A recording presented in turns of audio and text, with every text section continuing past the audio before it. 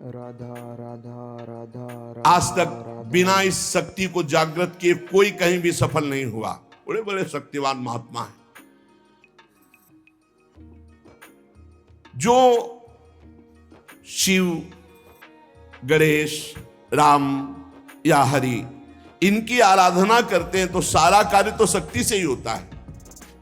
हरि अपनी शक्ति से जीव का कल्याण करते हैं, हरि अपनी शक्ति से सहयोग करते हैं, सारा कार्य शक्ति से होता है। वही शक्ति जब रूप धारण करती तो अभी आपको नाम सुनाए, वही विद्या, वही कला, वही लक्ष्मी, वही काली, वही तारा, वही षोडशी, वही अंबा, वही जगदम्बा, वही शक्ति है, वही तुम में विराजमान है।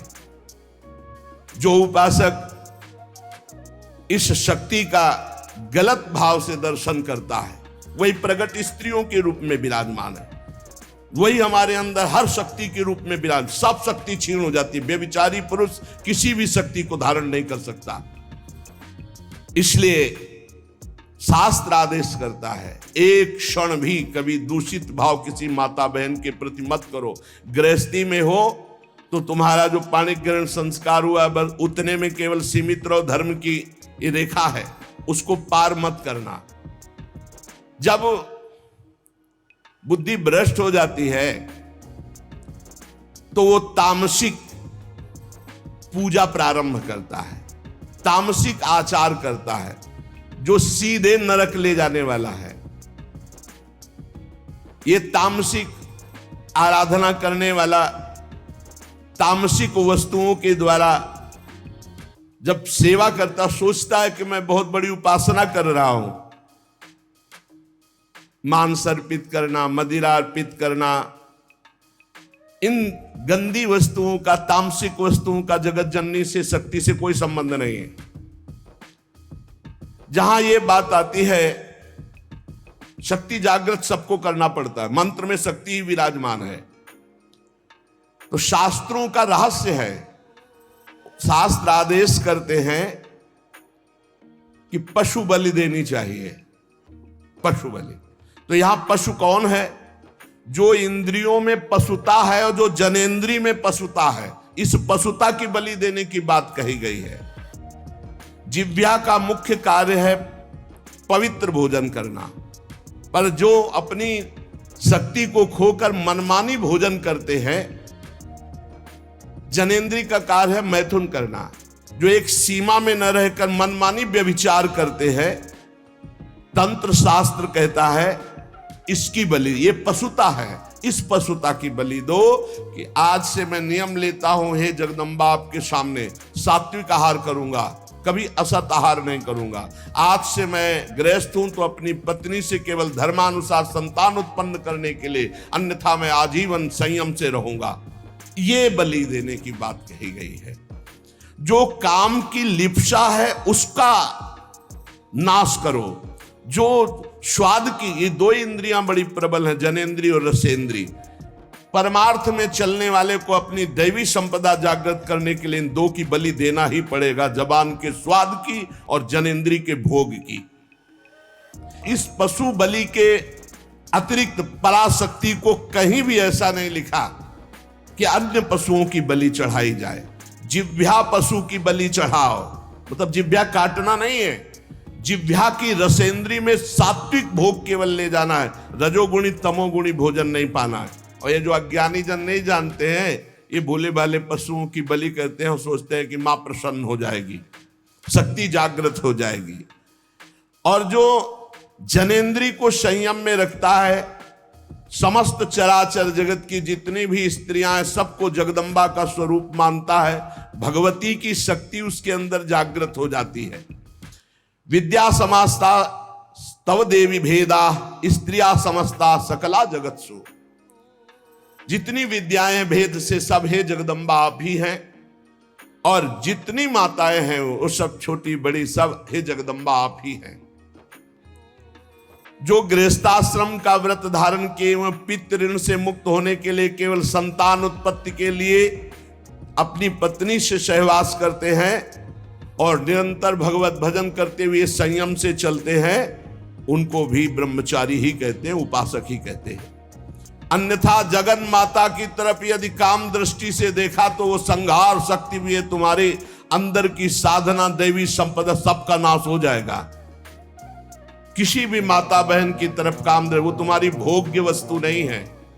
अगर असावधानी की तो आपके आंतरिक शक्तियां आपको छोड़ देंगी, फिर आप पतित हो जाएंगे। ये मोक्षदायिनी शक्ति है यदि सही भाव से चला जाए।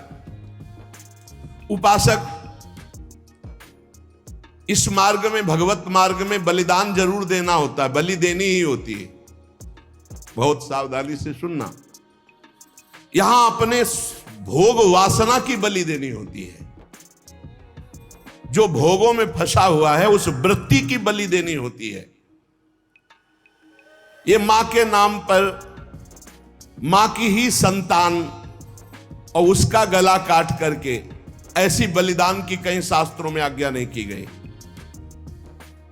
मां को हर संतान अपनी उतनी ही प्यारी होती, चाहे वो मूर्ख क्यों ना हो। तो जगन माता, जगदम्बा, दिव्य शक्ति, इनके बिना तो कुछ है ही नहीं। त्याग शक्ति, वैराग्य शक्ति, ज्ञान शक्ति, भक्ति शक्ति, प्रेम शक्ति, यही सब स्वरूपों में प्रकाशित है। जो मूर्ख मां के प्यारे बच्चे की मां के सामने बलि चढ़ाता है, मां उसके धन, जन, बुद्धि, बल, ऐश्वर्य, सत्ता, इस सब का नाश कर देती है। ध्यान देना, ये जो मुर्गा, मुर्गी, बकरा, बकरी माता के सामने चढ़ाते हैं कि हम मां प्रसन्न हो जाएगी। दीनहीन दुखी उस पशु को जो कुछ नहीं कर सकता है, तुम मां की कृपा प्राप्त करने के लिए मां के सामने मां के बच्चे को मारकर, मां को वो खून चढ़ाकर तुम जानते हो मां प्रसन्न हो जाएगी। तो स्पष्ट लिखा है तुम्हारा सारा धन, जन, बुद्धि, बल, ऐश्वर्य, सत्ता सबका नाश कर देगी वो मां, क्योंकि तुम उसके खिलाफ कार्य कर रहे हो। मां कब प्रसन्न होगी? जब तुम अपने धन बल से, बुद्धि बल से, शरीर बल से दूसरों को सुख पहुंचाओगे, क्योंकि दूसरे सब मां की संतान है। मां तुम्हें गोद में बैठा लेगी जब मां की आज्ञा के अनुसार चलोगे, और वही सब शक्तियों की स्वामिनी है, वो तुम्हारे अंदर शक्ति जागृत कर देगी। बलिदान करना है, निश्चित शास्त्रों में आज्ञा है बलि की।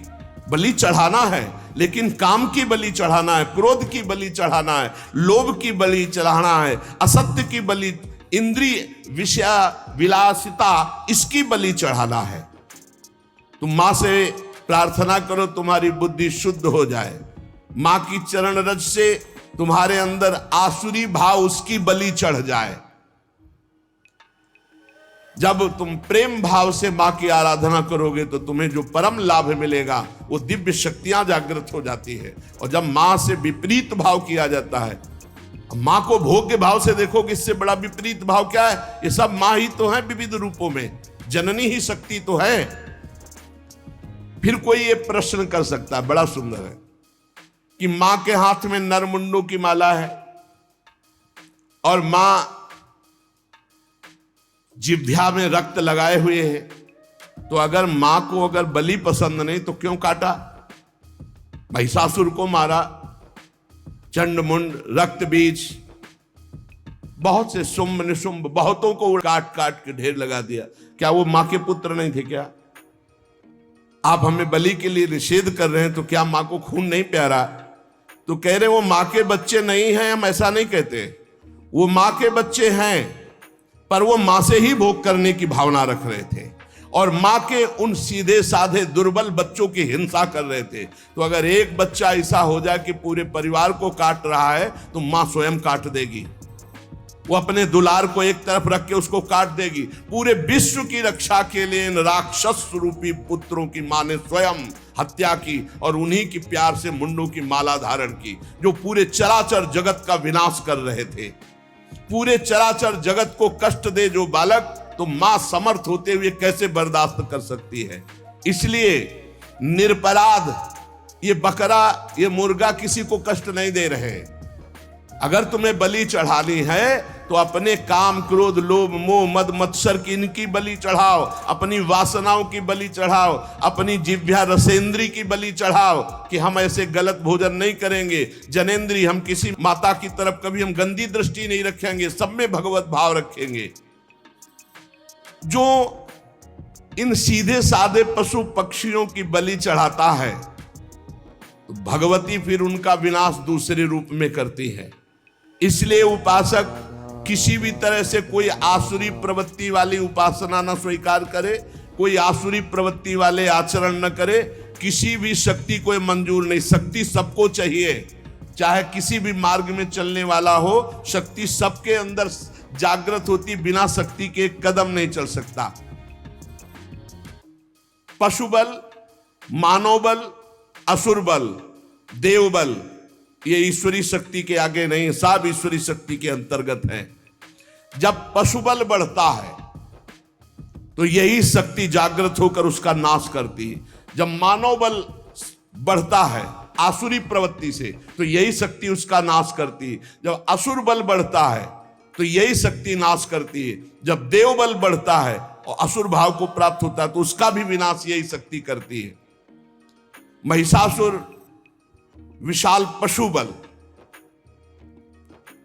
तो भगवान की शक्ति ने महान दुर्गा रूप धारण करके काट के फेंक दिया महिषासुर को।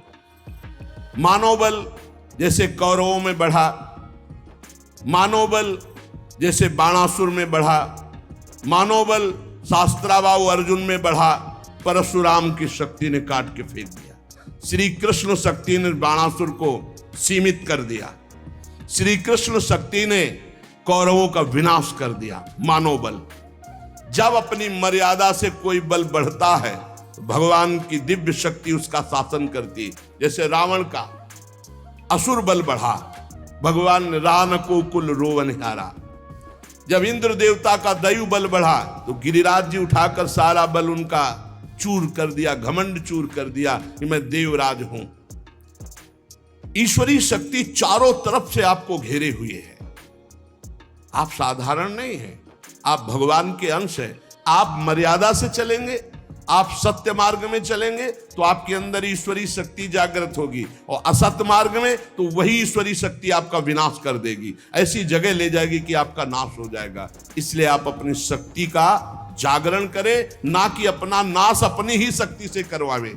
यही बुद्धि शक्ति, या देवी सर्वभूतेषु बुद्धि रूपेण संस्थिता नमस्तस्यै नमस्तस्यै नमस्तस्यै नमो नमः। यही दैवी शक्ति आपको गलत सलाह दे देगी। जब आप गलत आचरण में जाओगे, अधर्म आचरण करोगे तो बुरी दशा आने के पहले बुद्धि बदली जाती है। जाका विधना दारुण दुख दीन, ताकि मति पहले हर लीन। मति माने बुद्धि का अपहरण हुआ, जीव का नाश हो गया।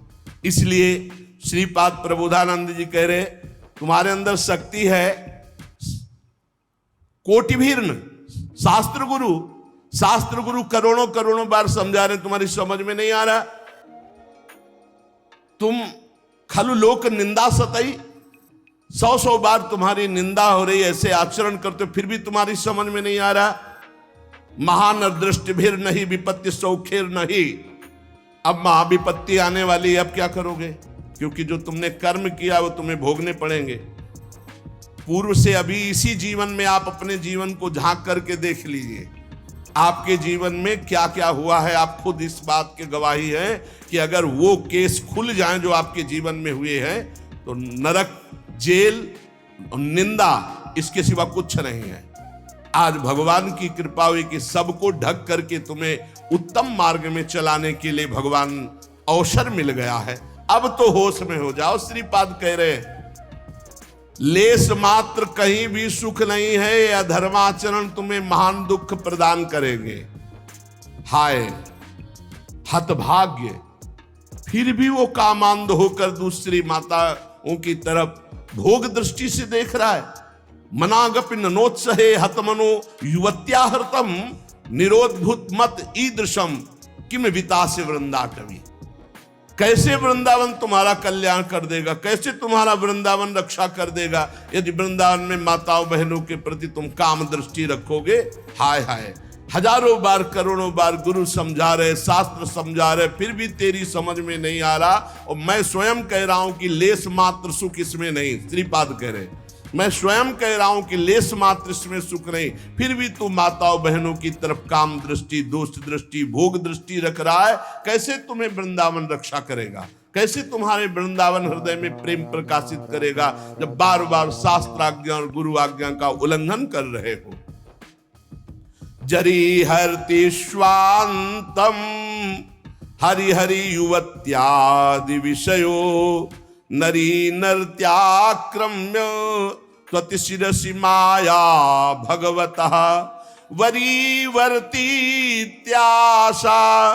चिरमिहितु वृंदावन वने न जाने राधाया कथम्यू चरी करती करुणया। हे हरि मेरी रक्षा करो, मेरी रक्षा, हरि ही रक्षा कर सकते। हे हरि मेरी रक्षा करो। हे भगवान, आपकी माया मेरे सिर पर सवार होकर बार बार मुझे खींच रही है। ऐसा सबके हो रहा है। हे भगवान, ये आपकी विचित्र माया मेरी बुद्धि में सवार होकर, खोपड़ी में सवार होकर बार बार खींच रही है। मैं श्री वृंदावन धाम वास करता हूं, आशा रखता हूं इसी जन्म में भगवत प्राप्ति हो, पर क्या श्री जी की करुणा अब हमारे ऊपर नहीं हो रही जो हमारी बुद्धि माया खींच रही है? हे वृंदावन धाम, हे हरि, हे किशोरी जी, करुणा करो, ऐसी कृपा कर दो कि मेरी बुद्धि, सबसे ज्यादा आक्रमण इसी का होता है। द्वितीय आक्रमण कंचन का, और तृतीय आखिरी आक्रमण होता है नाम हो जाए, कीर्ति हो जाए। इन तीन से जो बचा ले जाए वो भगवत प्राप्ति। कैसे बचे? अब उपाय बता रहे। राधा कीर्ति सुधा रसेन रसना रात्रिं दिवं पूर्यताम श्री वृंदा विपिने तदीय पदयो कैंकर्य में वार्थताम। रात दिन प्रियाजू का नाम जप करो, राधा राधा राधा। रात दिन रसना से श्री स्वामिनी जी के पदों का गायन करो, उनकी कीर्ति उसमें विराजमान है। सुंदर सुंदर पद हैं चतुरासी जी के। अर्थों की तरफ मत जाओ, अर्थ तो स्वयं प्रकाशित होगा। एक बार श्री सद्गुरुदेव भगवान से वाणी जी के अर्थ के विषय में चर्चा की तो उन्होंने कहा, जब तक साधक का पुरुष भाव है तब तक ज्यादा अर्थ पर ध्यान नहीं देना चाहिए। वाणी जी का गायन वनिता पुरुष भाव मिट जाए तब सेवे ललितादिक के भाई। चतुरासी जी महान सिद्ध औषधि है, काम वेदना को शांत करने के लिए अग्नि के समान है। संसार समुद्र से पार होने के लिए चतुरासी जी नौका के समान है। आराम से नाव में बैठ गए, खेवैया हरिवंश चंद्र जी पार कर दिया। भवजल निधि को नाव और काम पावक को पानी। और इतना ही नहीं, प्रेम भक्ति को मूल, मोद मंगल सुखदानी। बड़ा आनंद हर समय बना रहेगा। एक बार 24 घंटे में चतुरासी जी का पाठ कर लिया, 84 लाख योनियों में नहीं जाओगे। जब तक जियो रोज चतुरासी जी का पाठ करो तो छुट्टी 84 भ्रमंते निरखै जुगल किशोर, भगवत साक्षात्कार करा देगी चतुरासी जी। काम को जड़ से शांत कर देगी चतुरासी जी। चिंता मत करो, भव समुद्र से पार हो जाओगे और नौ निभृत निकुंज में सहचरी भाव की प्राप्ति हो जाएगी आपको। ये चतुरासी जी सहचरी भाव, सखी भाव की निश्चित प्राप्ति करा देती। जब आप अपने को सखी देखेंगे तो कहां काम, कहां क्रोध, कहां लोभ, कहां मोह, कहां मद। ये तो पुरुष भाव में देह, जब स्त्री भाव पुरुष भाव होता है तब काम विकार जागृत होता है। तो इसको कैसे नष्ट करें? बोले राधा कीर्ति सुधा रसेन रसना रात्रिं दिवं पूर्यताम। रात दिन राधा राधा रटो और चतुरासी जी का गायन करो, क्योंकि राधा कीर्ति से भरी हुई श्रीमद चतुरासी जी, 42 लीला, स्फुटवाणी, केलीमाल, ये सब महारस ग्रंथ हैं। श्री वृंदा विपिने तदीय पदयो कैंकर्य में वार्थताम। तदीय पदयो कैंकर्य, सदैव अंदर से भाव करो, मैं प्रियाजू की सखी हूं, मैं प्रियाजू की दासी। ये तो वर्दी है ऊपर की, पोशाक है पुरुष भाव, आप पुरुष नहीं हो। सच्चिदानंद प्रभु के अंश हो, और उस अंश में जब भाव किया गया तो सहचरी भाव का स्वरूप, किशोरी मात्मानम किमि सुकुमार कलये, अपनी आत्मा को किशोरी के स्वरूप में चिंतन किया गया तो किशोरी स्वरूप हो गए। ये जो निज मंत्र है, ये जो चतुरासी जी है, ये जो उपासना का भाव है, ये आपको सहचरी भाव सहज में प्रदान कर देगा। आपको ज्यादा अटकल लगाने की जरूरत नहीं, बस साधन में लगे रहिए। श्री वृंदा विपिने तदीय पदयो कैंकर में वारस्ताम। अरे दिन में एक बार तो सोचो कि मैं कौन हूं। सोचते हैं आप सब? दिन में एक बार तो सोचिए कि मैं कौन हूं। मैं श्री जी की हूं, मैं श्री जी की सहचरी हूं, मैं श्री जी की दासी हूं। धैर्यम स्वर्णमयी सितुर्नव वयो रूपा श्रिया हार्यताम। स्वर्णमयी जिनकी अंग कांति है, वो मेरी प्राणेश्वरी श्री किशोरी जू। 9 वयस अवस्था है, मुकुलित वय 9 किशोर, और हम उन्हीं के समीप सेवा सौंध लिए हुए वैसे ही रूप है। प्रियाजू का प्रतिबिंब स्वरूप सहचरियां हैं। एक सहचरी का सौंदर्य ऐसा है कि करोड़ लक्ष्मियों को आश्चर्यचकित कर दे। लक्ष्मी कोटि विलक्ष लक्षण रसल लीला किशोरी सतई राराध्यम ब्रजमंडलेति मधुरम राधाभिधानम। ऐसा सौंदर्य श्री स्वामी जी की सखियों का, तो वो हमारा स्वरूप है, वही हमारी आत्मा है। जहां वो सहचरी वपु से अपनी स्वामिनी जी को नजदीक देखता है तो बोले प्रेमाश्रुत पुलकादि भाव विभव व्यक्त्या जगत तार्यताम। बाहर से पुरुष या स्त्री शरीर है, अंदर से अपने को अपनी स्वामिनी जी के समीप भाव दे से जहां देखा तो प्रेमाश्रुत पुलकादि भाव विभवैर दिव्य भाव अशुभ प्रवाह चल रहा है। आंखों के सामने प्रिया प्रीतम है, आंखों से अश्रु बह रहा है। गदगद सुर नैना सजल दंपति रस रहे भीन, ईगत वृंदा विपिन में फिरे प्रेम तल्लीन। श्रीपाद कह रहे जगत तार्यताम, वह महापुरुष संपूर्ण जगत को परम पद दिलाने की सामर्थ्य रखता है, जो प्रियाजू के समीप हर समय अपने भाव दे से रहता है। अशुभ प्रवाह हो रहा है, पुलकित हो रहा है, गदगद कंठ से उनकी कीर्ति का गान कर रहा है। सातरत सा लोकान तारयति अतिरस विवशम किशोर युग्मम द्रुत नव कांचन नील रत्न रोचि। सुई मलवर भाव मूर्ति वृंदा विपिन निकुंज गृहोदरे चकास्ति। पर ये भाव अनन्यता से आता है, अपने इष्ट के अनन्य हो जाना, सर्वत्र अपने इष्ट को देखना और अपने इष्ट में अनन्य भाव आ जाना। इतना तो समझना यह है कि भगवान एक हैं, प्रभु एक हैं, दो नहीं। बोले हमारे तो प्रिया प्रीतम 2 हैं, ये भी एक ही है। रसोया परमानंद एक एव द्विधा सदा, एक ही परमानंद रस रूप धारण किया, प्रिया और प्रीतम का रूप। ये नवल किशोरी नवल किशोर, 2 तन, 1 प्राण, 1 मन, 1 रुचि, 1 स्वभाव, 1 तत्व, और 2 तन धारण किए हुए हैं। सत्य 2 नहीं होते, एक ही होता है। वो विभिन्न रूपों में प्रकाशित हो सकता है, पर होता एक ही है। वो अलग अलग दिशा में, अलग अलग रूपों में, अलग अलग नामों में प्रकाशित हो गया। जैसे हमारे यहां हित तत्व ही वृंदावन, हित तत्व ही खगमृग पशु पंछी, हित तत्व ही लता वृक्ष औषधि, हित तत्व ही प्रिया प्रीतम, हित तत्व ही सहचरी। हित के सिवा, प्रेम के सिवा कुछ नहीं। प्रेम प्रिया प्रीतम, प्रेम वृंदावन, प्रेम लता पता, खगमृग पशु पंछी, रज रानी, यमुना रस रानी, सब प्रेम, प्रेम तत्व के सिवा, ये सब प्रेम के नाम है। इस मार्ग में चलने वाले उपासक को स्थूल बुद्धि का त्याग करना होता है। स्थूल बुद्धि में क्या आता है? ये स्त्री है, पुरुष है, जड़ है, चैतन्य है, ये अच्छा है, बुरा है। सूक्ष्म बुद्धि क्या देखती? क्योंकि प्रेम सूक्ष्म तरम है। सूक्ष्म बुद्धि ना स्त्री देखती, ना पुरुष देखती, ना क्रिया देखती, वो सब के अंदर बैठे हुए प्रभु को देखती। सब में मेरे राधा वल्लभ लाल विराजमान, सर्वान वस्तुतया निरीक्ष परम स्वाराध्य बुद्धिर्मम। खास परमार्थ का साधक इस बात को जरूर स्वीकार करता है कि सब में मेरे प्रभु विराजमान है। इसलिए वो किसी की निंदा नहीं करता, किसी का खंडन नहीं करता, पर अपने इष्ट को सबसे श्रेष्ठ मानता है। ये हर उपासक को चाहिए। गुरु प्रदत्त इष्ट देव में सर्वोपरि भावना, किसी का खंडन नहीं, किसी को नीचा नहीं दिखाना, किसी की निंदा नहीं करना, पर इष्ट हमारा हमारे लिए सर्वोपरि है, ऐसा भाव।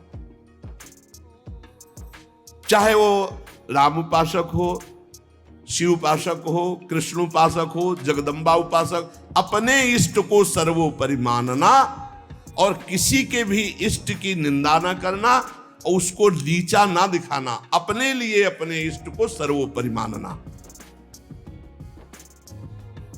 ये भावना इतनी जोर की होनी चाहिए कि अपने इष्ट के सिवा और कुछ रह ही न जाए पूरी सृष्टि में। उत्तम के बस असमन माही, सपने हूं आन पुरुष जग नाही। एक बार गोस्वामी तुलसीदास जी वृंदावन आए। प्रातःकालीन वेला अपनी नित्य दिनचर्या करके निकले दर्शन करने के लिए। तो श्रृंगार में जिन ठाकुरों के दर्शन किए तो सब में मुरली, मोर मुकुट, ललित त्रिभंगी, पार्श्व में श्री राधा किशोरी। प्रणाम किया, कहा कहा कहूं छवि आज की, भले बने हो नाथ। नाथ आप ही हो, मुझे पता है बहुत सुंदर हो, प्रियाजू के साथ विराजमान हो,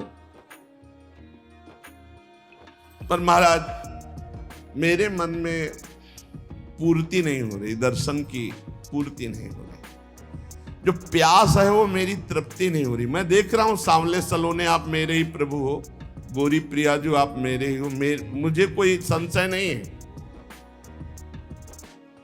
पर ये रूप हमारी तृप्ति का कारण नहीं। देख लो इष्ट निष्ठा, जबकि जड़ चैतन्य को सबका बोध है, गोस्वामी जी को।